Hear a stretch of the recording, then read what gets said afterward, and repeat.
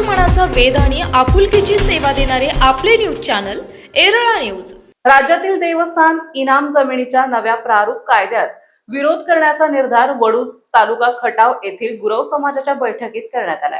या बैठकीस गुरव समाज संघटनेचे सातारा जिल्हा अध्यक्ष नानासाहेब गुरव, उपाध्यक्ष विक्रम गुरव, कोरेगाव तालुका अध्यक्ष मधुकर गुरव, खटाव तालुका अध्यक्ष लक्ष्मण गुरव, डॉक्टर महेश गुरव, नाना पुजारी, महेश वाघ, उपाध्यक्ष विजय गुरव, सचिव हर्षल गुरव, देवस्थान समितीचे अध्यक्ष दादासाहेब गुरव, किशोर गुरव, राजेंद्र गुरव, सुभाष गुरव, उदय गुरव, सुभाष गुरव, हरिदास गुरव, सोमनाथ गुरव, गणेश गुरव, अमोल गुरव, तानाजी गुरव, रमेश गुरव, हनुमंत गुरव, राजू गुरव, शिवाजी गुरव, संपत गुरव, दत्ता गुरव, अभिषेक गुरव, विनोद शिर्के, महिला आघाडी अध्यक्षा सई ननवरे, उपाध्यक्ष मनीषा गुरव, सचिव शोभा गुरव यांची प्रमुख उपस्थिती होती। याबाबतची माहिती अशी, देवस्थान इनाम जमिनी संदर्भात राज्य सरकार जो नवीन कायदा लागू करण्याच्या विचारात आहे, हा कायदा गुरव समाजावर अन्यायकारक आहे। त्यामुळे या कायद्या विरोधात गुरव समाजामध्ये संतापाची लाट उसळली आहे।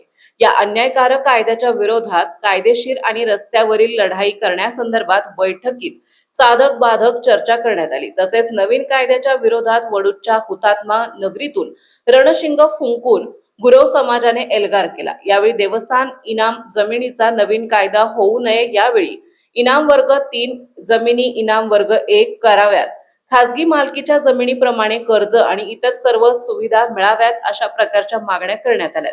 दरम्यान देवस्थान इनाम जमिनीच्या कायद्याच्या प्रारूप विरोधात सूचना आणि हरकती घेण्याची 5 जून ही शेवटची तारीख असल्याची माहिती तालुका अध्यक्ष लक्ष्मण गुरव यांनी दिली आहे।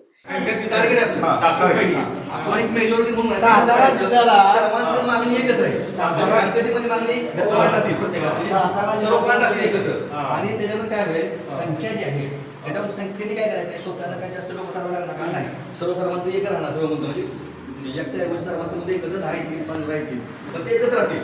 त्यात काय नाव आणि गाव ही संख्या वाढवा। समजा तुमच्या वडूजमधून 10 हरकती द्यायला 10 हरकती, औंधाहून द्यायला 40 आहे, अशी एक संख्या आपल्याला ती वाढवायची, जेणेकरून असं की नाव आणि गाव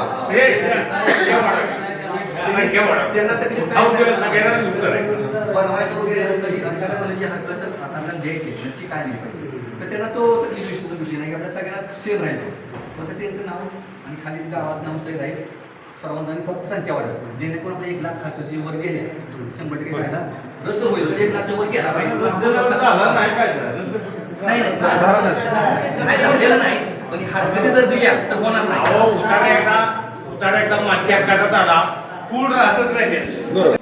एक नंबर मध्ये आम्हाला हे आमच्या जमिनीसारखं हा अहवाल कुठे सादर करायचा, आपण त्यांचा ठराव आता पडलेला आपण हे पेपरला पण देऊ, आणि हा ठराव आपण बावनकुळे साहेबांच्याकडे तिथं मांडायचा अहवाल म्हणून, आणि ह्याच्यावर हरकती म्हणून ही अशा पद्धतीने असं हरकतीचं असं करायचं, आणि अहवालचं डायरेक्टली आपल्याला 1 नंबर मध्ये आपल्याला जमीन आहेत आता स्वतः तशा पद्धतीने सर्व सोयी, कर्ज असू द्या, काही करायचं झालं खालचं 1 नंबर, 3चा 1 नंबर आम्हाला करून द्या, हा अहवाल द्यायचा आपल्याला, अहवाल आणि हरकती हे 2 बोलतात, अशा पद्धतीने करूया।